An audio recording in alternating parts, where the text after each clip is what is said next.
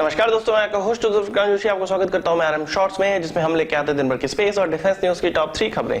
तो चलिए जान लेते हैं। दोस्तों, हमारी सबसे पहली खबर आ रही है इसरो की तरफ से। आपको पता होगा IRNSS-1I का लॉन्च किया गया था 12 अप्रैल को सुबह 4:04 पे, और ये अपनी कक्षा में चला गया था 4:19 पे सुबेरे। और अब ये खबर निकल कर आ रही है कि इसका ऑर्बिट रेजिंग का काम स्टार्ट कर दिया गया है। 2 रेजिंग इसको दे दी गई है। आपको पता होगा कि इसी प्रकार के कुछ रेजिंग में GSAT-6A का कम्युनिकेशन इसरो से छूट गया था।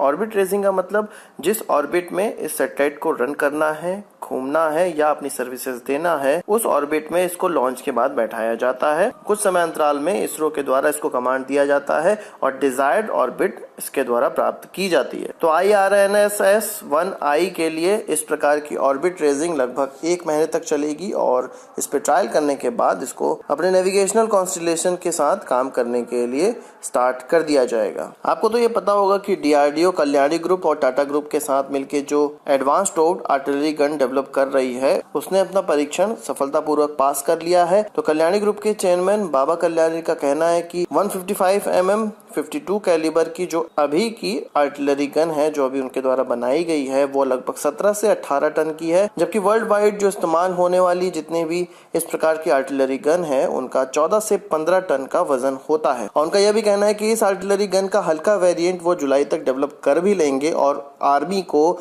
वह उसके बाद सौंप देंगे ट्रायल के लिए। और यह उम्मीद जताई जा रही है कि 2019 के अंत तक इस हल्के आर्टिलरी गन का भी परीक्षण सफलतापूर्वक हो जाएगा। इस आर्टिलरी गन का वजन बढ़ने का कारण है इसके अंदर के चैम्बर का बड़ा होना, जो कि 6 राउंड मैगजीन को सपोर्ट करता है, जबकि वर्ल्ड वाइड जो हल्की आर्टिलरी गन इस्तेमाल की जाती है उसमें 3 राउंड मैगजीन का इस्तेमाल किया जाता है। अगली खबर हमारी अशोक लीलैंड की तरफ से आ रही है। डिफेंस एक्सपो के साइड बाय साइड एक कॉन्ट्रैक्ट साइन हुआ है डिफेंस मिनिस्ट्री और अशोक लीलैंड के बीच में, जिसमें कि अशोक लीलैंड को 10x10 का व्हीकल प्रोवाइड करना है। डिफेंस मिनिस्ट्री को एक तरह से आप ट्रक समझ सकते हैं, जिसमें कि स्मर्च रॉकेट सिस्टम को हम एकोमोडेट कर सकें। आपको पता होगा कि पिनाका की ही तरह स्मर्च रॉकेट सिस्टम सोवियत समय का मल्टीपल टारगेट लॉन्चर सिस्टम है, जिसको कि हम लोग इस्तेमाल कर रहे हैं, भारतीय आर्मी इस्तेमाल कर रही है। और लगभग इस प्रकार के 40 स्मर्च रॉकेट सिस्टम हम इस्तेमाल करते हैं। तो इनके लिए ट्रक की आवश्यकता होती है, जिसका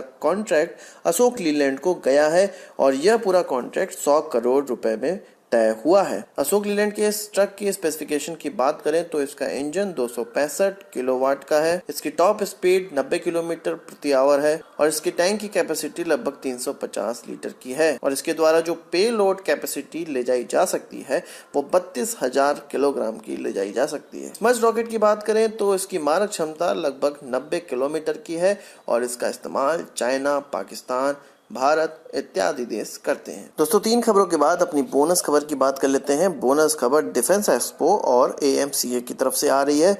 डिफेंस एक्सपो में AMCA के 2 मॉडल रखे गए हैं, 2 स्केल्ड मॉडल रखे गए हैं, जिसमें कि एक स्टेल्थ वर्जन है और एक नॉन स्टेल्थ वर्जन है। अगर स्टेल्थ वर्जन की बात करें, जो इसका स्केल मॉडल बनाया गया है वो बिल्कुल वैसा ही बनाया गया है जैसा कि कुछ दिनों पहले request for expression of interest में वेंडर की चाहत में जो ऑफर निकाला गया था ADA के द्वारा, वैसा ही कुछ देखने में लगता है, जिसका नाम नेक्स्ट जनरेशन टेक्नोलॉजी डेमोन्स्ट्रेटर रखा गया था। और इस कॉन्फ़िगरेशन को 3B09 कहा जा रहा है, जबकि शुरुआत में यह 3B01 था और ADA का डिजाइन रिफाइन होते होते यह 3B09 तक पहुंच चुका है। आपको ये पता ही होगा कि नेक्स्ट जनरेशन टेक्नोलॉजी डेमोन्स्ट्रेटर बनाने की जो समय अवधि रखी गई है, कॉन्ट्रैक्ट अवार्ड होने के बाद 3.5 साल पहले प्रोटोटाइप के लिए रखी गई है और दूसरे प्रोटोटाइप के लिए 4 साल की अवधि रखी गई है। और यह माना जा रहा है कि 2025 तक इसका फुल्ली डेवलप्ड प्रोटोटाइप निकल जाएगा और प्रोडक्शन के लिए इसको 2030 में भेजा जा सकता है। तो यह सवाल निकल कर आता है कि 3B09 फाइनल कॉन्फ़िगरेशन है या उसके बाद